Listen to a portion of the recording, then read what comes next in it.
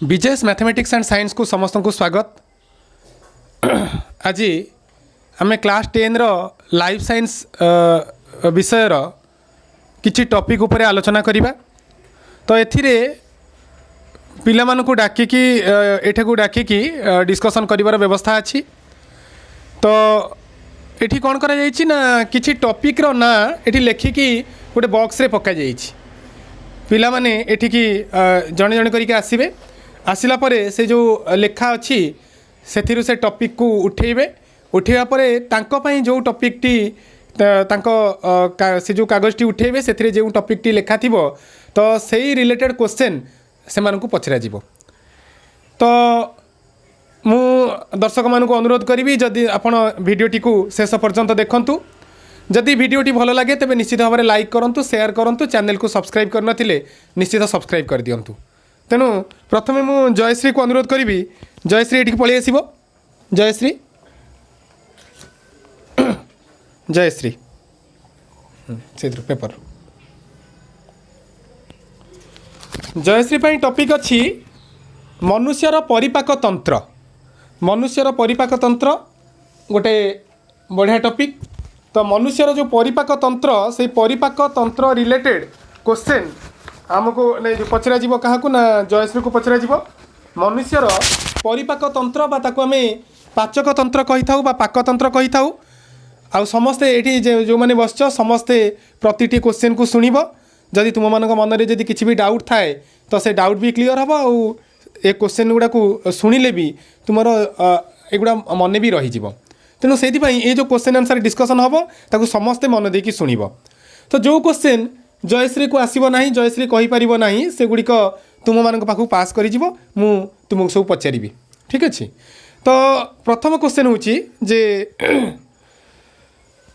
मनुष्यर पाक नली विभिन्न अंश को नहीं गठित। तो मनुष्यर पाक नली जो जो अंश को नहीं गठित से अंश गुड़िकर ना कौन? पाटी, मुख गह्वर, ग्रसनी, ग्रासनली, क्षुद्रांत्र, बृहदांत्र मझे गोटे मेन इंपोर्टाट कथा रहीगला पाकस्थली। हाँ पाकस्थली, क्षुद्रांत्र, बृहदंत्र, मलाशय, मलद्वार ये नुहे कि। तेणु ये जिनस गुड़िक माने यही गुड़ी को लेकिन मनुष्यर पाचक तंत्र बा पाकनल गठित, पाकनली पाकतंत्र गठित बा डाइजेस्टिव सिस्टम गठित। एक कथा आम आगु जानी जे गोटे तंत्र बा गोटे सिस्टम आर माने हैला जे किछि अंग मानकर समाहार नुहे कि। गोटे प्रक्रिया पाई जो अंग माने सबू दायी होता बा जो अंग मानक समाहार रे गोटे प्रक्रिया सामूहिक भाव में होता है तो ताको कहा जाए कौन ना गोटे सिस्टम बोली कहा जाए बा गोटे तंत्र बोली कहा जाए। ठीक अच्छे। तो तापर क्वेश्चन है जे आमर विभिन्न प्रकार दांत सब अच्छी। आमर विभिन्न प्रकार दांत सब अच्छी। तो से दांतर संख्या जड़े वयस्क व्यक्ति बा जड़े वयप्राप्त व्यक्ति तो से वयप्राप्त व्यक्ति पाखरे केतोटी दांत थाए? 32टी दांत थाए। केतरा माड़ी थाए? दुईटी माड़ी। ऊपर माड़ी रे केतरा, तळ माड़ी रे केतरा? ऊपर माड़ी रे 16टा, तळ माड़ी रे 16टा। तो हमर जो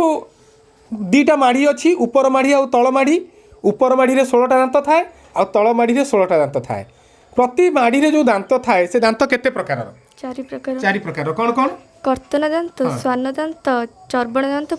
पेषण दांत। ठीक अच्छी। आमर जो कर्तन दांत प्रति माड़ी रे कर्तन दांत संख्या केते? 4। अच्छा कर्तन दांत को इंग्लिश रे कौन कहती?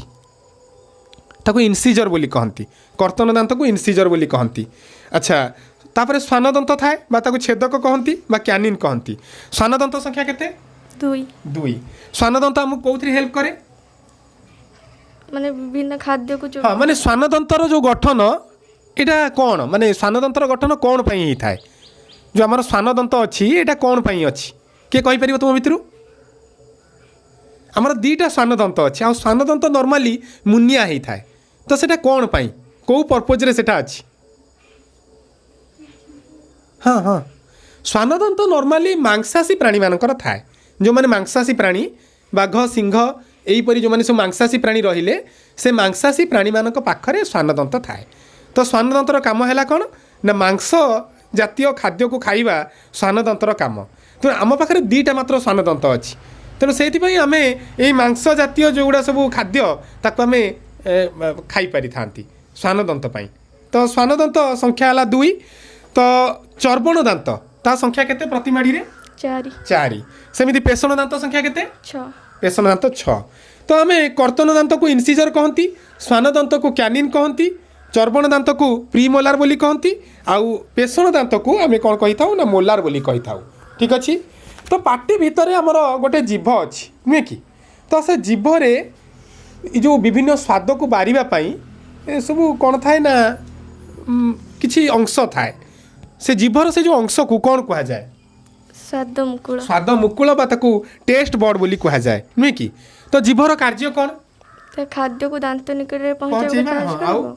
आ विभिन्न स्वाद बारी परिबा स्वाद बारिबा आउरी गोटे काम भी अच्छी जीभ कथा कहिबारे साहाय्य करिया बढ़िया आंसर होची जयश्री दउची तो हमर जो रहिला जीभर कार्य 3 प्रकारर प्रथम कथा हला जे स्वाद बारिबा सेकेंड कथा हला खाद्य को नेकी दांत पाखरे नेकी पहुँचेबा खाद्य को एपट सेपट करेबा या नुहे कि आउ ता छड़ा कथा कहिबारे साहाय्य करिबा जदि हमर जीभ न थांता ताले हम कथा कहि पार न थांते या नुहे कि विश्वजित ठीक अछि तो तापरे आमर पार्टी परे आमर आसुची कौन ना ग्रसनी आउ ग्रासनली आसुची तो मोर क्वेश्चन होची जे आमर नॉर्मली 2टा कौन अच्छी ना द्वार अच्छी जो आमर रही ग्रसनी अच्छी से ग्रसनी रे 2टा द्वार अच्छी नुहे कि तो से 2टा द्वार ना कौन श्वासनली खाद्यनली नहीं से 2टा द्वार ना कौन श्वासनली खाद्यनली नुहे माने श्वासनली को गोटे द्वार खाद्यनली को गोटे द्वार तो से 2टा द्वार ना कौन गलेट हाँ आउ ग्लटिस तेणु गलेट आउ गोटे हूँ कौन ना ग्लटिस या नुहे कि खाद्य नली द्वार को कौन कह जाए गलेट कह जाए श्वास नली द्वार को ग्लटिस कह जाए तेणु गोटे है आमर जो रहा ग्रसनी रहा से ग्रसनी पाखरे 2टा द्वार अच्छी नुहे कि 2 पटे 2टा द्वार अच्छी तो से सॉरी ग्रसनी पाखरे 2टा द्वार खोली गोटे खाद्य नली पाख को खोली आ गोटे श्वास नली पाख को खोली ग्रसनी गोटे मुंड रहा कौटी ना पार्टी माने पार्टी आ मुख गहर परे परे ग्रसनी आउ गोटे मुंडरे 2टा द्वार अच्छी गोटे श्वास नल भितर को खोली आ गोटे खाद्य नल भितर को खोली तो खाद्य नली द्वार को कह जाए गलेट आउ श्वास नली द्वार को कह जाए कौन ग्लटिस बोली कह जाए बढ़िया कथा तो श्वास नली द्वार रे गोटे तरुणास्थि तैयारी प्लेट गोटे अच्छी नुहे कि तो से प्लेट टीर ना कौन एपिग्लटिस अधिजिह्वा बा ताकू आमे एपिग्लटिस बोली कही थांती ए नुहे कि तो से अधिजिह्वार काम कौन खाद्य गिळिबा समय श्वासनली द्वार को बंद कर दे थाए फल खाद्य केवल खाद्य हाँ तेणु ये गोटे कंट्रोल गोटे रही सेठी कौन ना आम जो खाद्य गिळंती जिते खाद्य को पार्टी चोबई सारिकी ढोकिबा को आरंभ करती ठीक सेतिक बेले कौन हुए ना ये जो एपिग्लटिस रहिला बा जो आमर अधिजिह्वा रहिला सी कौन होता है ना श्वास नली उपरे पड़ी जाए श्वास नली को बंद कर दिए तो श्वास नली को बंद करदेवा द्वारा कौन हुए ना खाद्य आउ श्वास नली भितर को पशि पारे ना तेणु यहाँ हूँ एपिग्लटिस काम बा आमर अधिजिह्वार काम ठीक अच्छे तो ता परे परे आमर आसीगला कौन ना आमर पाकस्थली अच्छी नुहे कि तो पाकस्थली उदर गह्वर कौ पटरे अच्छी बाम पटरे अच्छी अच्छा आर उपर भागटा माने उपर भागटा चौड़ा आ तल भागटा हूँ कौन कम चौड़ा अण चौड़ा या नुहे कि आमर जो पाकस्थली रहा पाकस्थली उपर अंश उपर आड़ को टी चौड़ा तल आड़ को यहाँ अण चौड़ा तेणु उपर आड़ को जो चौड़ा अंश रहा तो से चौड़ा अंशटा को कौन कह जाए कार्डियाक स्टोमाक कहीं कार्डियाक स्टोमाक कह जाए हृत्पिंड निकट जेहेतु यहाँ हृत्पिंड निकट में अच्छी हृत्पिंड रिलेटेड कथा को आम कार्डियाक बोली कही था समस्ते जानी जे हृत्पिंड रिलेटेड जो कथा माने हृत्पिंड रिलेटेड जिनस को आम कार्डियाक बोली कही था तो जेहेतु यहाँ हृत्पिंडर पाखापाखि अच्छी तेणु से कह जाए कार्डियाक स्टोमाक नुहे कि आउ तल जो अणओसारी अंश को पाइलोरिक स्टोमाक बोली कह जाए बढ़िया कथा अच्छा आमर पाइलोरिक स्टोमाक शेष मुद्रिका आकार मांसपेशी अच्छी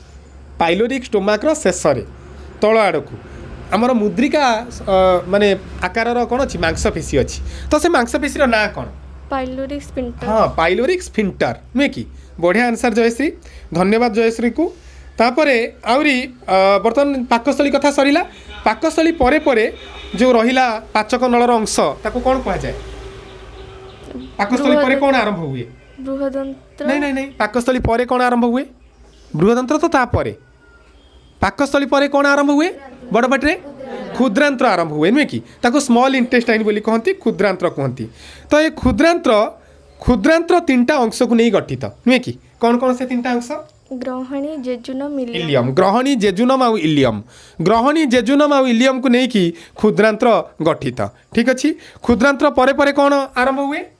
ବୃହଦନ୍ତ୍ର ବୃହଦନ୍ତ୍ର ପୁଣି 3 ଭାଗରେ ବିଭକ୍ତ କୋଉ କୋଉ 3 ଭାଗରେ ବିଭକ୍ତ ସିକମ କୋଲମ ମଳାଶୟ ସିକମ କୋଲନ ଆଉ ମଳାଶୟ ସିକମକୁ କହନ୍ତି ସେଇ ସିକମଟା ବି ସେଇ ସିକମ ତାର ଓଡ଼ିଆ ନା କିଛି ନାହିଁ କୋଲନ ବି କୋଲନ ଆଉ ଯେଉଁ ମଳାଶୟ ତାକୁ ରେକ୍ଟମ୍ ବୋଲି କହନ୍ତି ଆମେ ଯେତେବେଳେ 10th ପଢ଼ି ସାରିଲା ପରେ +2ରେ ଯେତେବେଳେ ପଢ଼ିବା ଆଉ ସେତେବେଳେ ମଳାଶୟ ନଥିବା ଆମେ ରେକ୍ଟମ୍ ହିଁ ପଢ଼ୁଥିବା ଠିକ୍ ଅଛି ତେଣୁ ଇଏ ଗଲା ବୃହଦନ୍ତ୍ର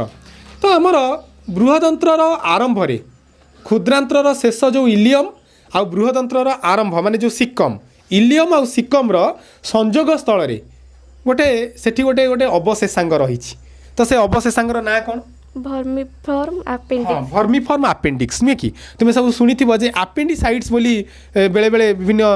ଗୋଟେ ରୋଗର ନାଁ ଆପେଣ୍ଡିସାଇଟ୍ସ ଶୁଣିଥିବ ତୁମେମାନେ ନୁହେଁ କି ତ ସେ ଆପେଣ୍ଡିସାଇଟ୍ସର ଅର୍ଥ ସେ ଯେଉଁ ଆପେଣ୍ଡିକ୍ସ ଅଛି ଆମର ଅବଶେଷାଙ୍ଗ ସେ ଆପେଣ୍ଡିକ୍ସଟି ଯେତେବେଳେ ଖରାପ ହେବାକୁ ଲାଗେ ତାକୁ ଆମେ କ'ଣ କହିଥାନ୍ତି ନା ଆପେଣ୍ଡିସାଇଟ୍ସ ବୋଲି କହିଥାନ୍ତି ଏହା ନୁହେଁ କି ତେଣୁ ଇଏ ଗଲା ଆମର କ'ଣ ନା ପାଚକ ନଳ ବା ପାକତନ୍ତ୍ରର ଗଠନ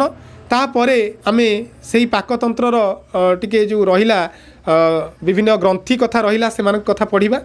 ଆମର ମୁଖ ଗହ୍ୱର ଭିତରେ ଲାଳ ଗ୍ରନ୍ଥି ଅଛି ସେ ଲାଳ ଗ୍ରନ୍ଥିର ସଂଖ୍ୟା କେତେ 3 ଯୋଡ଼ା ନୁହେଁ କି ମୁଖ ଭିତରେ 3 ଯୋଡ଼ା ଲାଳ ଗ୍ରନ୍ଥି ଅଛି ତ ସେ ଯେଉଁ ଲାଳ ଗ୍ରନ୍ଥିରୁ ଲାଳ କ୍ଷରିତ ହୁଏ ଲାଳରେ ଗୋଟେ ଏନଜାଇମ୍ ରହିଥାଏ ତ ସେ ଏନଜାଇମ୍ର ନାଁ କ'ଣ ଟାୟାଲିନ୍ ଏନଜାଇମ୍ ନୁହେଁ କି ଆଚ୍ଛା ସେମିତି ତାପରେ ଆମର ରହିଲା ଯେ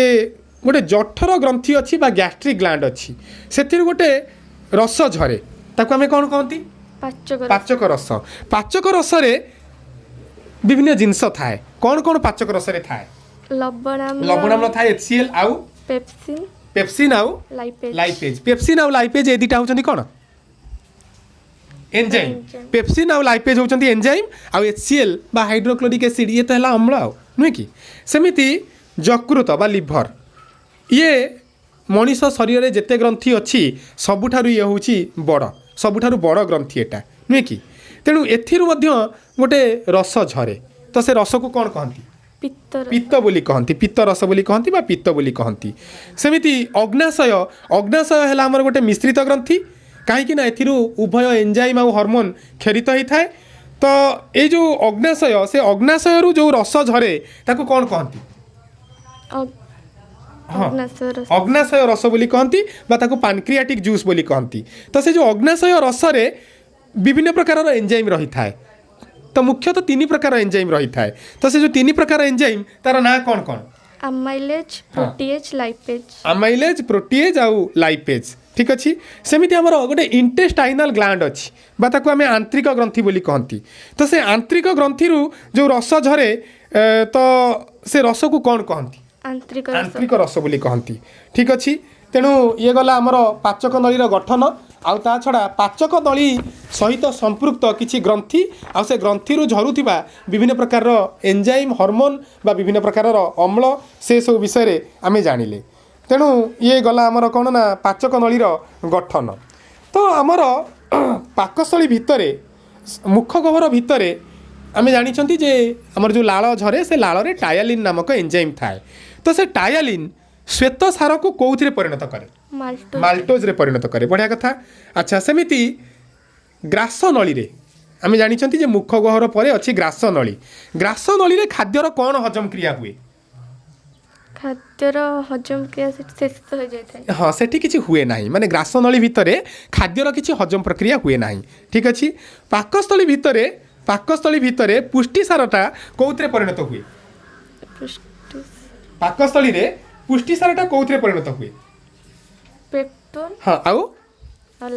ନାଇଁ ପ୍ରୋଟିଓଜେସ୍ ଆଉ ପେପ୍ଟୋନରେ ପରିଣତ ହୁଏ କାହା ଉପସ୍ଥିତିରେ ପେପ୍ସିନ୍ ନାମକ ଏନଜାଇମ୍ର ଉପସ୍ଥିତିରେ ହୁଏ ଆଉ କେଉଁ ପରିବେଶରେ ଅମ୍ଳୀୟ ପରିବେଶରେ କାହିଁକି ନା ପାଚକ ରସରେ ହାଇଡ୍ରୋକ୍ଲୋରିକ୍ ଏସିଡ୍ ଥାଏ HCl ଥାଏ ତେଣୁ ସେଇଟା ଅମ୍ଳୀୟ ପରିବେଶ କରାଇଥାଏ ତେଣୁ ସେ ଅମ୍ଳୀୟ ପରିବେଶରେ ଇଏ କ'ଣ ହୁଏ ନା ପ୍ରୋଟିଓଜେସ୍ ଆଉ ପେପ୍ଟୋନରେ ପରିଣତ ହୁଏ ସେମିତି ସ୍ନେହସାରଟା କେଉଁଥିରେ ପରିଣତ ହୁଏ ଫ୍ୟାଟି ଏସିଡ୍ ଆଉ ଗ୍ଲିସେରଲ୍ରେ ପରିଣତ ହୁଏ କାହା ଉପସ୍ଥିତିରେ ଲାଇପେଜ୍ର ଉପସ୍ଥିତିରେ ତେଣୁ ଜୟଶ୍ରୀକୁ ବହୁତ ଧନ୍ୟବାଦ ଜୟଶ୍ରୀ ପୁରା ଭଲ ଭାବରେ ନିଜକୁ ପ୍ରିପେୟାର କରିଛି ତେଣୁ ସେଥିପାଇଁ ଜୟଶ୍ରୀକୁ ବହୁତ ଧନ୍ୟବାଦ ବସିପଡ଼ ଜୟଶ୍ରୀ ତାପରେ ମୁଁ ଅନୁରୋଧ କରିବି ବିଶ୍ୱଜିତକୁ। ବିଶ୍ୱଜିତ ଏଠିକି ପଳେଇ ଆସିବ। ବିଶ୍ୱଜିତ ବିଶ୍ୱଜିତ ଏଠିକି ପଳେଇ ଆସିବ। ଏଇଥିରୁ ଗୋଟେ ଚିଟ୍ ଗୋଟେ ଉଠାଅ। ହଁ ପଢ଼ କ'ଣ ଲେଖା ହେଇଛି। ମନୁଷ୍ୟର ଶ୍ୱାସତନ୍ତ୍ର। ବଢ଼ିଆ ବଢ଼ିଆ ଟପିକ୍ ସବୁ ପଡ଼ୁଛି। ମନୁଷ୍ୟର ଶ୍ୱାସତନ୍ତ୍ର ନୁହେଁ କି? ମନୁଷ୍ୟର ଶ୍ୱାସତନ୍ତ୍ର ବିଷୟରେ ଆମେ ଜାଣିବା। ମନୁଷ୍ୟର ଶ୍ୱାସତନ୍ତ୍ର ରିଲେଟେଡ୍ କ୍ୱେଶ୍ଚନ୍ର ଆନ୍ସାର ବିଶ୍ୱଜିତ ଦେବେ। ମନୁଷ୍ୟର ଶ୍ୱାସତନ୍ତ୍ର। ତ ମନୁଷ୍ୟର ଶ୍ୱାସତନ୍ତ୍ର ବିଭିନ୍ନ ଅଂଶକୁ ନେଇକି ଗଠିତ ନୁହେଁ କି? ତ ଚିକା ଚାଲିଛି ନା ନାଇଁ ଟିକେ? ହଁ। ତ ମନୁଷ୍ୟର ଶ୍ୱାସତନ୍ତ୍ର ବିଭିନ୍ନ ଅଂଶକୁ ନେଇ ଗଠିତ। ତ ସେ ଅଂଶ ଗୁଡ଼ିକର ନାଁ କ'ଣ? ନାସାପଥ, ଗ୍ରସନୀ। ନାଇଁ ପୁରା କ୍ରମ ଅନୁଯାୟୀ କୁହ। କ୍ରମ ଅନୁଯାୟୀ ବିଶ୍ୱଜିତ। ନାସାପଥ, ନାଇଁ ପ୍ରଥମେ ନାସାପଥ ନୁହେଁ। ପ୍ରଥମେ କ'ଣ? ଶ୍ୱାସନଳୀ। ପ୍ରଥମେ ନାସା ରନ୍ଧ୍ର ନୁହେଁ କି? ତାପରେ ନାସାରନ୍ଧ୍ର, ନାସାପଥ, ଶ୍ୱାସନଳୀ, ଗ୍ରସନୀ, ଗ୍ରସନୀ, ଶ୍ୱାସନଳୀ, ଶ୍ୱାସନଳିକା ଆଉ ଫୁସଫୁସ୍। ଠିକ୍ ଅଛି। ତ ମଣିଷର ଯେଉଁ ନାସାରନ୍ଧ୍ର, ଏ ନାସାରନ୍ଧ୍ରର ସଂଖ୍ୟା କେତେ? ଦୁଇଟି ନାସାରନ୍ଧ୍ର। ଆଚ୍ଛା, ଶ୍ୱାସପଥର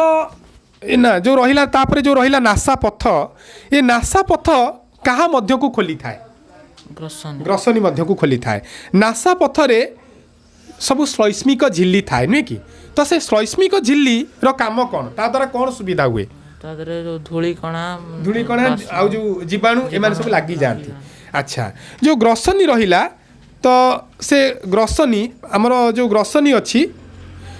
ଆମର ନାସାପଥ ନିକଟରେ ଯେଉଁ ଗ୍ରସନୀର ଅଂଶ ଅଛି ତାକୁ କ'ଣ କୁହାଯାଏ? ଆମର ଗ୍ରସନୀ ଦୁଇ ପଟକୁ ଅଛି। ଆମର ଗ୍ରସନୀ ଆମେ ଦେଖିଲେ ଯେ ନାସାପଥ ପରେ ଗ୍ରସନୀ ଆରମ୍ଭ ହେଲା। ନାସାପଥ ପରେ ଗ୍ରସନୀ ଆରମ୍ଭ ହେଲା। ତେଣୁ ବର୍ତ୍ତମାନ ଗ୍ରସନୀର ଗୋଟେ ମୁଣ୍ଡ ନାସାପଥ ଆଡ଼କୁ ରହିଲା, ଆଉ ଗୋଟେ ମୁଣ୍ଡ ମୁଖ ଗହ୍ୱର ଆଡ଼କୁ ରହିଲା। ତେଣୁ ଗ୍ରସନୀର ଯେଉଁ ପଟଟା ନାସାପଥ ଆଡ଼କୁ ଥାଏ ତାର ନାଁ କ'ଣ? ତାର ନାଁ କ'ଣ? ଅନ୍ୟମାନେ କହିବ। ନାସା ଗ୍ରସନୀ। ଆଉ ମୁଖ ଗହ୍ୱର ଆଡ଼କୁ ଯେଉଁଟା ଥାଏ ମୁଖ ଗ୍ରସନୀ। ତା ନାଁ ହେଉଛି ମୁଖ ଗ୍ରସନୀ। ଗ୍ରସନୀର ପଛ କାନ୍ଥରେ ଏକ ଯୋଡ଼ା ଲସିକାଭ ଅଙ୍ଗ ଥାଏ। ଗୋଟେ ଯୋଡ଼ା ଲସିକାଭ ଅଙ୍ଗ ଥାଏ। ତ ତାର ନାଁ କ'ଣ? ଟନସିଲ୍। ଯେତେବେଳେ ଆମର ବେଶୀ ଥଣ୍ଡା ହୁଏ, ବହୁ ଜଣଙ୍କର ଟନସିଲ୍ ଫୁଲିଯାଏ, ସମସ୍ତେ ଜାଣିଥିବ। ତେଣୁ ସେ ଟନସିଲ୍ ନାମକ ଲସିକାଭ ଗ୍ରନ୍ଥି ସେଠି ଥାଏ ନୁହେଁ କି? ଆଚ୍ଛା, ବର୍ତ୍ତମାନ ଆମେ ଯେମିତି ଆମେ ପଢ଼ିଥିଲେ ପାଚକ ତନ୍ତ୍ରରେ ଜାଣିଥିଲେ ଗ୍ଲଟିସ୍ ଆଉ ଗଲେଟ୍ କଥା। ତ ଏଠି ମଧ୍ୟ ସେଇ ଗଲେଟ୍ ଆଉ ଗ୍ଲଟିସ୍ ଆସୁଛି। ତ ମୋର କ୍ୱେଶ୍ଚନ୍ ହେଲା ଯେ ଶ୍ୱାସନଳୀର ଦ୍ୱାରକୁ କ'ଣ କୁହାଯାଏ? ଗ୍ଲଟିସ୍ କୁହାଯାଏ। ଖାଦ୍ୟନଳୀର ଦ୍ୱାରକୁ ଗଲେଟ୍ କୁହାଯାଏ। ଆଚ୍ଛା, ଆମର ଶ୍ୱାସନଳୀର ଦ୍ୱାରରେ ଆମେ ଜାଣିଲେ ଅଧିଜିହ୍ୱା ଥାଏ ବା ଏପିଗ୍ଲଟିସ୍ ଥାଏ। ସେମିତି ଖାଦ୍ୟନଳୀର ଦ୍ୱାରରେ କ'ଣ ଥାଏ? ଖାଦ୍ୟନଳୀର ଦ୍ୱାରରେ କୌଣସି କପାଟିକା ବା କୌଣସି ଏମିତି ମାନେ ଯେମିତି ଏପିଗ୍ଲଟିସ୍ ଅଛି ଶ୍ୱାସନଳୀ ଦ୍ୱାରରେ, ଖାଦ୍ୟନଳୀ ଦ୍ୱାରରେ ସେମିତି କିଛି ବି ନଥାଏ ନୁହେଁ କି? ଆଚ୍ଛା, ତାପରେ କ୍ୱେଶ୍ଚନ୍ ଯେ ଆମର ଶ୍ୱାସନଳୀର ଆରମ୍ଭରେ ଆମର ଗୋଟେ ଗୁରୁତ୍ୱପୂର୍ଣ୍ଣ ଅଙ୍ଗ ଅଛି। ଶ୍ୱାସନଳୀର ଆରମ୍ଭରେ ଗୋଟେ ଗୁରୁତ୍ୱପୂର୍ଣ୍ଣ ଅଙ୍ଗ ଅଛି ଯାହାଦ୍ୱାରା ଆମେ କଥା କହିପାରନ୍ତି। ତ ସେ ଗୁରୁତ୍ୱପୂର୍ଣ୍ଣ ଅଙ୍ଗର ନାଁ କ'ଣ? ସ୍ୱର ପେଟିକା ତାକୁ କହନ୍ତି ନା କି? ସ୍ୱର ପେଟିକା ଭିତରେ ସରୁ ସରୁ ସୂତା ଟାଇପ୍ର ଅଂଶ ସବୁ ଅଛି। ତ ସେଗୁଡ଼ିକୁ କ'ଣ କୁହାଯାଏ?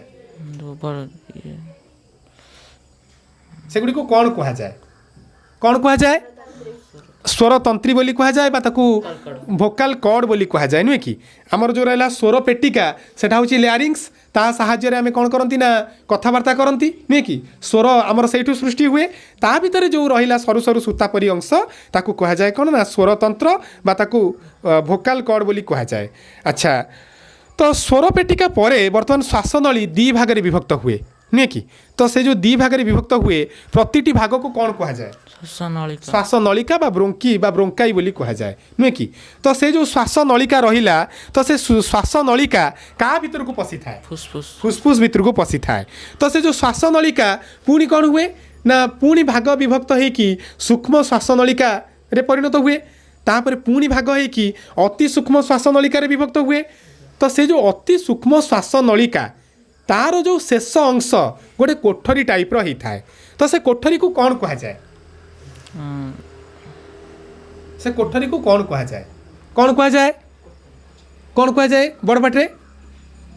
कोटरिका बोली कह जाए आल्भिओली बोली कह जाए नुहे कि कोटरिका कह जाए ठीक अच्छी अच्छा आमर जो रहा फुसफुस तो से फुसफुस हूँ आमर गोटे गुरुत्वपूर्ण अंग नुहे कि श्वासतंत्र मनीषर जो श्वासतंत्र रहा तार यहाँ हूँ गोटे गुरुत्वपूर्ण अंश तेणु आ भितर फुसफुस द्वारा कौन होता है ना श्वासक्रिया होता है या नुहे कि तो से जो फुसफुस द्वारा श्वासक्रिया हुए ये श्वासक्रियाटा 3 पर्याय विशिष्ट तो से जो 3टा पर्याय से 3टा पर्याय कौन कौन विश्वजित गोटे है कौन कौन बड़ पाटे कह संवातन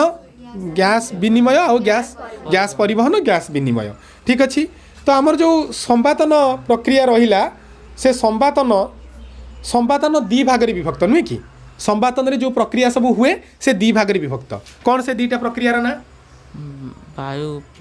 कौन से 2टा प्रक्रिया ना प्रश्वास आउ निश्वास प्रश्वास एवं निश्वास मणि गोटे सुस्थ व्यक्तिर शरीर में प्रश्वास आउ निश्वासर हार मिनिट को प्राय केते थर मिनिट को केते थर भलसे प्रिपरेशन है विश्वजित मिनिट को केते थर 15 ରୁ 20 थर 15 ରୁ 20 थर नुहे कि अच्छा प्रश्वास समय रे आमर प्रश्वास और निश्वास समय रे विभिन्न मांसपेशी सबू आमर गुरुत्वपूर्ण भूमिका ग्रहण करिथांती नुहे कि जेमिति आमर अंतपंजरा मांसपेशी मध्यछदा आउ उदरीय मांसपेशी या नुहे कि तो मोर क्वेश्चन है प्रश्वास समय रे अंतपंजरा मांसपेशी कौन होता है संकोचन होता है उदरीय मांसपेशी शिथिलन होता है तो यही समय रे मध्य छदा ये आर आकारटा कौन हुए गंबुजाकार हुए ना यही समय गंबुजाकार मध्य छदा समतल हो आसे बा सड़क हो आसे या नुहे कि अच्छा ये समय बक्ष गह्वर आयतन बढ़े ना कमे प्रश्वास समय कमे यही समय बढ़े नुहे कि केते परसेंट बढ़े 20% बढ़ी जाए ना कि तेणु यही समय बक्ष गह्वर आयतन प्राय 20% बढ़ी जाए नुहे कि तेणु आम प्रश्वास विषय डिस्कसन कले तो मोर क्वेश्चन होची जे प्रश्वास समय कौन हुए वायु भीतर को जाए ना वायु बाहर को आसे वायु भीतर को जाए प्रश्वास समय कौन हुए वायु भीतर को जाए नुहे कि बाहर वायु भीतर को प्रवेश करे या नुहे कि आ निश्वास समय भीतर वायु बाहर को आसे तेणु ए समय कौन हुए ना जेहेतु माने वायुमंडल वायु माने वायुचाप अधिका हो जाए एवं फुसफुस वायुचाप कमी जाए तेणु से बाहर वायु भीतर को प्रवेश करे फुसफुस को प्रवेश करे नुहे कि निश्वास गोटे की प्रकार प्रक्रिया बड़ पाटे शिथिलन प्रक्रिया नुहे कि तो ए समय कौ मांसपेशी शिथिलन घटे कौ मांसपेशी अंतपंजरा मांसपेशी आ उदरीय मांसपेशी कौन घटे संकोचन घटे अच्छा मध्य छदार कौन हुए कौन हुए गंबुजाकार हो जाए माने पूर्व अवस्था को फेरी जाए ठीक अच्छी अच्छा आमर जो गैस विनिमय हुए तो से गैस विनिमय समय माने जो आमर गैस विनिमयटा नॉर्मली कोठी होता है माने फुसफुस कौ जगार होता है कोटरिकार होता है कोटरिकार ही गैस विनिमय होता है नुहे कि तो आमर ये जो रक्त माध्यम माने आमर शरीर विभिन्न जगार उत्पन्न होता अंगारकाम्ल कहा माध्यम फुसफुस पर्यंत आसे कहा द्वारा कौ कणिका द्वारा कौ माने यौगिक द्वारा माने फुसफुस निकट में आसिक पहुँचे कहा द्वारा आसिक पहुँचे हाँ बड़ पाटे हिमोग्लोबिन साहाय्य अंगारकाम्ल माने अंगारकाम्ल को बहन करके आने कि हिमोग्लोबिन बहन करके आने नुहे कि तापरे कोटरिकार कौन हुए ना जितेबाला अम्लजान मिल जाए से ये अंगारकाम्ल को छाड़े एवं अम्लजान को ग्रहण करे अम्लजान ग्रहण कला परे हिमोग्लोबिनटा कौन परिणत हुए ऑक्सी हिमोग्लोबिन परिणत हुए आउ टिके प्रिपेरेसन दरकार विश्वजित को नुहे कि तेणु विश्वजित आउ टिके भल भाव निजको प्रिपेयर कर बसी पड़ तापरे मु अनुरोध करी भाग्यश्री को एटिक आसिया भाग्यश्री एटिक आसी जाओ गोटे पेपर उठे नियो कौन लिखा जाए से देख विभिन्न प्राणी मानकर रेचन प्रणाली बढ़िया ये गोटे भी बढ़िया टॉपिक आमे जानिछंती जे रेचन कहला माने आमे कोन बुझंती ना रेचन काहा को कहा जाए भाग्यश्री रेचन काहा को कहा जाए हाँ हाँ प्राणी मानकर शरीर रे आमर शरीर रे विभिन्न प्रकार क्रिया सबले चली नुहे कि तो से क्रियारू जो अदरकारी पदार्थ उत्पन्न हुए सेगुड़िक नॉर्मली शरीर पर अदरकारी होता है क्षतिकारक होता है तेणु से अदरकारी जिनस गुड़ी को बाहर करने आवश्यक पड़े नुहे कि तेणु जो प्रक्रिया साहाय्य शरीर जो माने बाहर थिबा अदरकारी बा वर्ज्य वस्तु बाहर को निष्कासित होता है से प्रणाली को से प्रक्रिया को आम कही था कौन ना रेचन बा एक्सक्रीशन बोली कही था भाग्यश्री आगे आगू घुंची आस तो ये जो रेचन प्रक्रिया पाई विभिन्न प्रकार रेचन अंग थाए नुहे कि मनुष्य शरीर में जो रेचन अंग अच्छी से रेचन अंगर ना कौन ब्रुकक बा ताको आम किडनी कहती किडनी केतरा अच्छी दुईटी अच्छी तो किडनी छड़ा आउ रेचन अंग सब किए किए नहीं नहीं नहीं किडनी छड़ा रेचन अंग सब किए किए किए किए रेचन अंग सब चर्म नुहे कि आउ ता छड़ा आउरी मध्य रेचन अंग अच्छी फुसफुस को मध्य गोटे रेचन अंग हिसाब से धरा जाए नुहे कि ठीक अच्छी तो मेनली आमर किडनी आउ स्वेद ग्रंथि ब्रुकक आउ स्वेद ग्रंथि ए दुटा होउछन्ती आमर मुख्य रेचन अंग ता भितरे ब्रुकक बा किडनी होउछि सबुठारु बेसी परिमाण में वर्ज्य वस्तु बाहर करुवा गोटे रेचन अंग नुहे कि जमी मनुष्य शरीर में रेचन अंग अच्छी सेमती विभिन्न प्राणी मान पाखे विभिन्न प्रकार रेचन अंग देखा जाए बा किछि किछि प्राणी माने तांकर माने स्वतंत्र रेचन अंग न थाए अन्य अंग साहाय्य से रेचन क्रिया करिथांती तेणु बर्तमान मोर क्वेश्चन होउछि जे हमर एमिबा परि जो माने एककोषी प्राणी तो सेमाने सेमानकर रेचन क्रिया कहा साहाय्य करिथांती चर्म साहाय्य नहीं चर्म साहाय्य नुहे भाग्यश्री कहा साहाय्य कोष झिल्ली बा प्लाज्मा मेम्ब्रेन साहाय्य करिथांती नुहे कि को प्रक्रिया रे विसरण प्रक्रिया रे नुहे कि ता छड़ा तांकर आउ गोटे हाँ गोटे संकोचिकी धानी बा कंट्राक्टाइल भैक्यूल अच्छी नुहे कि तेणु से कंट्राक्टाइल भैक्यूल बा संकोचिकी धानी साहाय्य से अदरकारी पदार्थ बाहर को बाहर करिथांती या नुहे कि तेणु ये गला एमिबा आउ एमिबा परी एककोषी प्राणी सेमिति स्पंज आउ हाइड्रा एमानकर आउ टिके भाग्यश्री आगू पळे आस स्पंज आउ हाइड्रा एमानकर कौन रेचन अंग अच्छी स्पंज आउ हाइड्रा मानकर रेचन अंग कौन अच्छी सेमानकर स्वतंत्र रेचन अंग नाही जेहेतु सेमाने निम्न श्रेणीर प्राणी तेणु सेथिपाई सेमानकर किछि स्वतंत्र रेचन अंग नाही या नुहे कि अच्छा सेमिति आमर चेप्टा कृमि मानक पाखरे गोटे रेचन अंग देखा जाए रेचन अंग नहेले भी किंतु से अंग तांकर रेचन क्रिया करे कौन ता ना कौन था ना बड़ पाटे शिक्षा कोष बा ताकू फ्लेम सेल्स बोली कहा जाए नुहे कि तेणु आमर जो चेप्टा कृमि पाखे शिक्षा कोष होची तार रेचन अंग सेमिति जिया जोक एमान पाखे गोटे रेचन अंग देखा जाए कौन से रेचन अंगर ना बड़ पाटे अन्य माने कहब नेफ्रिडिया होची से रेचन अंग ठीक अच्छी झिंटिका मान पाखे गोटे रेचन अंग देखा जाए कौन से रेचन अंगर ना बढ़िया कथा मालपिजियन नलिका होची रेचन अंग नुहे कि तेणु यही विभिन्न प्राणी मान पाखे विभिन्न प्रकार रेचन अंग देखा जाए नुहे कि मनीष पाखे जो रेचन अंग देखा जाए ताको आमे ब्रुकक बा किडनी बोली कही था तेणु भाग्यश्री आउ टिके प्रिपरेशन भल भाव करिवो नेक्स्ट टाइम आउरी भल आंसर दब बसी पड़ भाग्यश्री तापरे मु अनुरोध करी आमर साई प्रज्ञा को एठी आसिया पे साई प्रज्ञा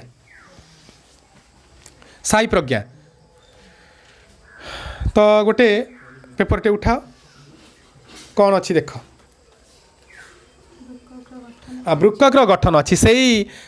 एक्सक्रीशन बा रेचन प्रक्रिया रिलेटेड एटा टॉपिक ब्रुकक गठन बा किडनी गठन ए विषय आम पढ़ा जानिबा तो मोर क्वेश्चन साई प्रज्ञा आगू पड़े मोर क्वेश्चन है जे मनुष्य शरीर में केतोटी किडनी बा ब्रुकक अच्छी दुईटी तो ये जो किडनी ए किडनी अवस्थिति कौटी कौ जगार मनुष्यर कौ जगार अच्छी मध्य छेदार तलकू उत्तर गहर बाम पार्श्व उदर गहर भितर बाम पार्श्व नुहे मध्य मेरुदंडर उभय पार्श्व माने मध्यछदार ठीक तलक आम जानी जे मध्यछदा मनीष शरीर को दी भाग विभक्त करुच्ची गोटे है उदर गह्वर आ गोटे है बक्ष गह्वर तेणु ये जो मध्यछदार ठीक तलक उदर गह्वर भितर मेरुदंडर उभय पार्श्व दीटा किडनी बा दीटा वृक्क आमर अच्छी ठीक अच्छे आउ टे साइड के आगे पलि आस कैमेरा बाहरी जाऊँ अच्छा मोर तापरे प्रश्न है जे वृक्क बा किडनीर आकृति आम देखुवा कौ जिनस भली सिंब मंजी भली कहीं जमी सिंब मंजीर गोटे खालुआ जगह अच्छी सी तार गोटे खालुआ जगह थाए तेणु जो वृक्कर बा किडनीर जो खालुआ जगह थाए तो से खालुआ हाँ हाइलम बोली कहा जाए तो वृक्कर जड़े वयप्राप्त व्यक्तिर माने जड़े वयस्क व्यक्तिर पूर्ण भाव में विकसित होता व्यक्तिर वृक्कर लंब प्रस्थ आउ मोटेई केते लंब 10 रु 12 सेमी हाँ प्रस्थ होची 5 रु 7 सेमी मोटेई 3 सेमी धन्यवाद आमर लंब होची प्राय 10 रु 12 सेंटीमीटर प्रस्थ 5 रु 7 सेंटीमीटर मोटेई है 3 सेंटीमीटर आमे जानिले जे वृक्कर जो खालुआ जगह तो से खालुआ जगह को आम हाइलम बोली कही था तो से हाइलम पाखरे 3टा नल जोड़ी होता है तो से 3टा नलर ना कौन वृक्ककीय धमनी वृक्ककीय शिरा मूत्रसारा हाँ तेणु गोटे है वृक्ककीय धमनी गोटे है वृक्कीय शिरा आ गोटे है कौन ना आमर हूँ मूत्र सारणी ठीक अच्छे तो प्रत्येक वृक्क भितर प्राय 10 लाख रु अधिक सब कौन थाए ना सूक्ष्म नल सब थाए तो से जो सूक्ष्म नल से गुडी को कौन कहा जाए वृक्ककीय नलिका बा मूत्रजन नलिका बा नेफ्रॉन बोली कहा जाए तो ये जो मूत्रजन नलिका बा नेफ्रॉन आर गोटे पार्श्व कप आकृतिर रही थाए तो से कप आकृतिर जो पार्श्व ताको कौन कहा जाए बाउम्यान्स कैप्सूल कहा जाए ये जो बाउम्यान्स कैप्सूल से जने वैज्ञानिक ना अनुसार जने जीव वैज्ञानिक ना अनुसार दि जाइछि ताको ना कौन किए कहि परिबो तांका ना कौन तांका ना होची विलियम बाउम्यान तांको ना अनुसार ये जो गिना आकृतिर अंश ताको बाउम्यान्स कैप्सूल बोली कहा जाउची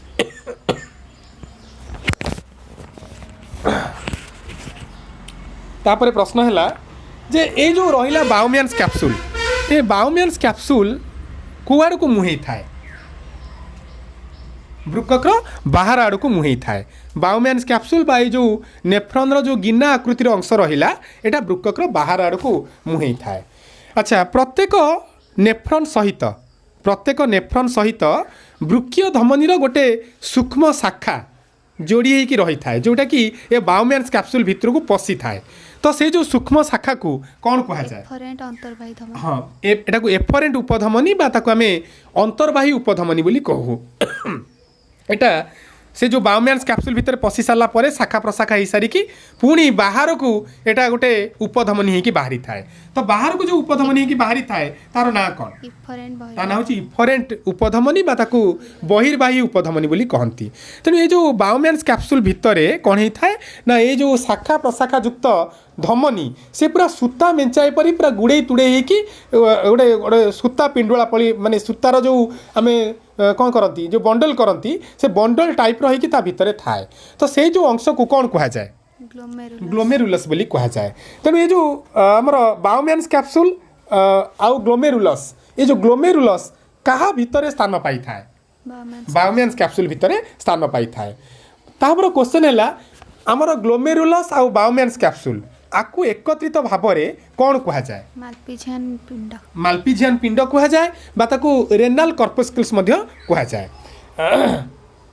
तापर क्वेश्चन है जे आमर नेफ्रॉन रो गोटे मुंड कप आकृति रही थाए नुहे कि जहाँ को आम बाउम्यान्स कैप्सूल बोली कहते आउ गोटे मुंड जाकि कौटी छुई थाए मूत्र संग्रह नलिका को छुई थाए तो से जो मूत्र संग्रह नलिका से माने एकाठी होइकी वृक्क भितर थिबा गोटे गह्वर भितर को खोली थांती से गह्वरटीर ना कौन गबिणी बस्ती बा ताकू पेल्भिस ऑफ यूरेटर बोली कहा जाए तो ये जो वृक्करू बाहरी थिबा मूत्र सारणी ये मूत्र सारणी जाकि गोटे जगार पड़ी थाए जो मूत्र संचित होकर रहे तो से जो जगटा को कौन कहा जाए मूत्राशय बोली कहा जाए अच्छा आम जानिले जे आमर कौन होता है ना ये जो ग्लोमेरुलस आउ बाउम्यान्स कैप्सूल यही बाट देकी रक्त छणा काम हुए बर्तमान आमर कौन हुए ना रक्त जितेबाला ग्लोमेरुलस भितर प्रवेश करे सेतेबाला रक्त रे थिबा को उपादान ये जो बायोमेन्स कैप्सूल भीतर को पशि पारे नाही बड़ बड़ रक्त कणिका हाँ रक्त कणिका आउ बड़ अणु विशिष्ट प्रोटीन एगुड़िक पशि पारती ना क्या भितर को बायोमेन्स कैप्सूल भीतर को ताले पशि थाए किए यूरिया यूरिक एसिड हाँ। एमिनो एसिड हाँ ग्लूकोज क्रिएटिनिन क्रिएटिनिन जल नुहे कि एगुड़िक सब पशि थाए तापर से गुड़िक जिते आमर नेफ्रन देकी प्रवाहित हुए तो सही समय कौन हुए ना किछि जिनस पुणी पुनः शोषित हो जाए तो कौ पदार्थ गुड़िक पुणी पुनः शोषित हो जाए glucose amino acid glucose आमिनो acid किछि परिमाणर जल मध्य पुनः शोषित हो जाए ताले मूत्र बाटे बाहरी जाउथबा पदार्थ मानक भितरे कौ पदार्थ गुड़िक मुख्य यूरिया यूरिक एसिड जल क्रिएटिन क्रिएटिनिन आउ ता छड़ा किछि लवण मध्य बाहरे सोडियम और पोटासियम सोडियम क्लोराइड आउ पोटासियम पोटासियम क्लोराइड आमर मूत्रर रंग ईषत हलदिया होइथाए मूत्र रंग ईषत हलदिया हबार कारण कौन यूरोक्रोम नामक हाँ वर्ण गोटे यूरोक्रोम नामक गोटे वर्ण कणिका आमर मूत्र थाए तेणु से मूत्र रंग ईषत हलदिया होता है साई प्रज्ञा को बहुत बहुत धन्यवाद साई प्रज्ञा जाकि बसी पड़ तो यहीपरी भाव में आम कौन कले ना एजाए 4 जनक सहित डिस्कसन कले 4 जनक सहित